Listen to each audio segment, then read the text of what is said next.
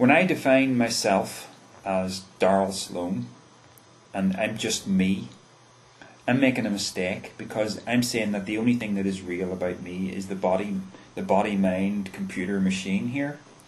But really what I am is consciousness making use of this body-mind vehicle. Now I have deep views on this stuff, and I believe that everybody's consciousness is ultimately one.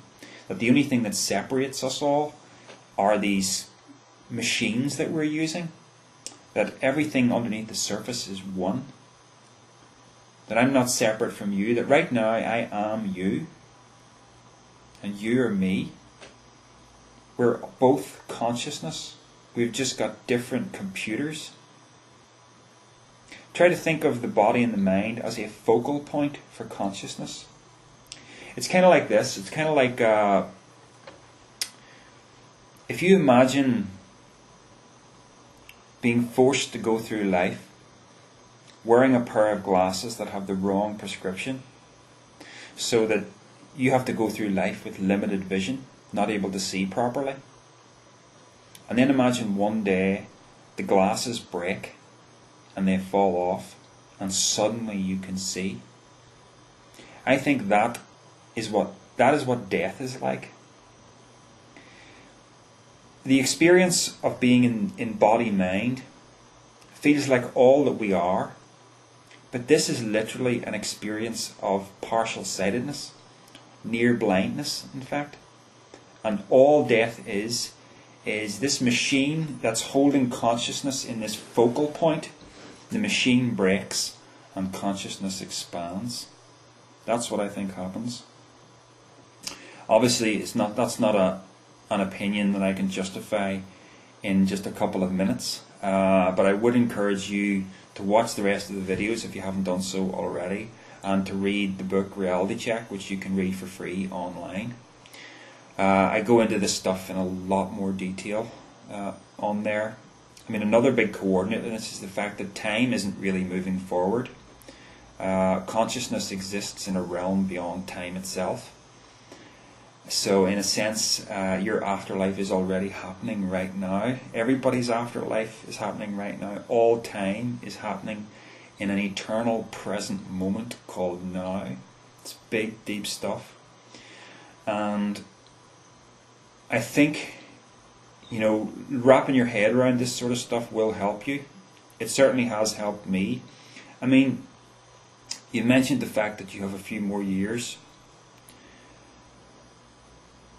And maybe you feel really unlucky. And I'm not saying, I'm not saying that, that I would want to trade places with you. But I do recognize that I really am in the same boat as you. I've just got more time. Theoretically, we don't know what a day might bring, right? But theoretically, I've just got more time. What you're facing is the same thing that billions of people have faced before you, and that I will have to face. And I'm not one of these people who run away and hide from the fact that one day they're going to die. I prefer to live my life with the awareness that I'm going to die one day.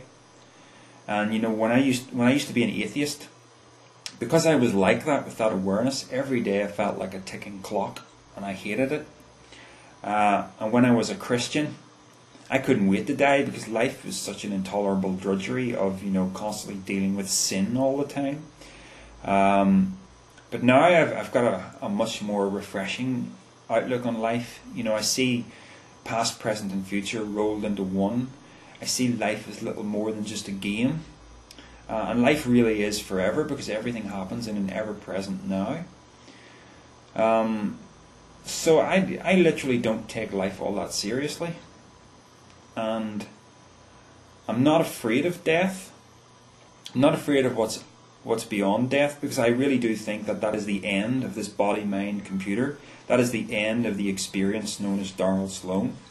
And yet I don't see it as the end of me, because I see myself as consciousness, as infinite consciousness, as God using a body and a mind. I think that's what we all are. It's certainly the most rational outlook on life that I've ever been able to come up with. It just coincidentally happens to also be the most comforting as well. I think if I was in your position, I would be feeling a great deal of frustration in that, kind of thinking, damn it, I've got so much stuff that I want to be doing, and not enough time to do it.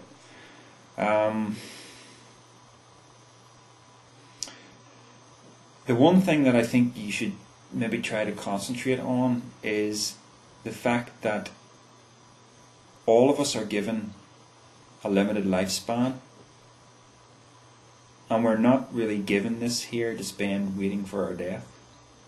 Whether it's you or me or anyone else, we're given a life to live. We're given a set of moments that are all experiences of nowness, and they are to be lived as what they are. And I think the worst thing that you could do is to allow every moment to be tainted with the fact that you're going to die. Because I know I'm going to die.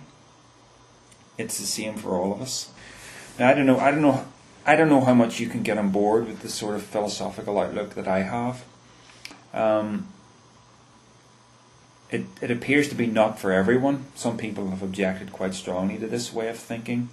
Other people think it's fabulous. Ultimately, it won't mean anything to you unless you own this sort of stuff. And by own it, I mean where you have that sort of, where the jigsaw pieces click into place properly in your mind, and it's kind of like, I get it. Otherwise, you're just going to be kind of, following something that isn't really true to you, and ultimately it'll just be self-deceit.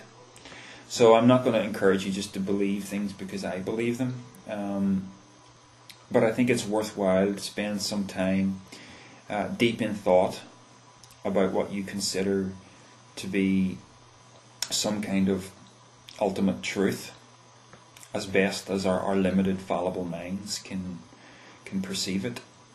And I certainly am not arrogant enough to presume that I've got everything right. In fact,